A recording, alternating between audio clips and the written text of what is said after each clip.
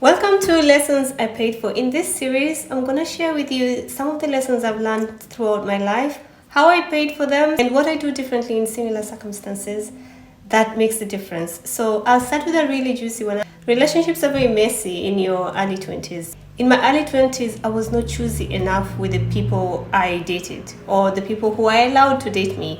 I dated some super dodgy people. In my opinion, they were dodgy. If I look back now, I'm like, I would never date this person, even in my wildest dreams.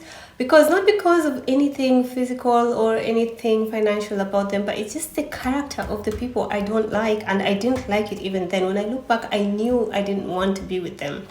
For example, one guy was very possessive and he ended up being physically abusive. Just, if a guy looked at me, even if I didn't notice the guy looked at me, he'd be so mad at me for that. And one day he actually just whacked me a good slap.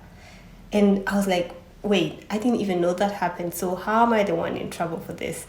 Or another guy I dated who was just super selfish. He was very nice to me, but he was very mean to people around me. Like he would go to a restaurant and he'd just be like, not nice to the waiters or anything. And I'd be like, I don't like that. Or I wasn't picky enough about the guys I was dating. And so I wasn't happy. I knew I didn't want to do life with these people, but then I wasted time by just not just being super strict and super honest about what I wanted and what I didn't want, and all that cost me a lot of time. Sometimes it's good to go through these things because it teaches you what you like and what you don't like. So when you meet someone and something feels off, you're just like, no. So now, in later years of my life, when I started now meeting more serious guys, I was just like, no. Immediately, if you start doing some shitty behavior things, I was just like, oh no, thank you, and I'd just leave you. I'll not even have an excuse for why I'm not continuing to date you. I would literally just leave and be like, no, this is not for me. I know what I want, and I'm not going to waste any more time with this.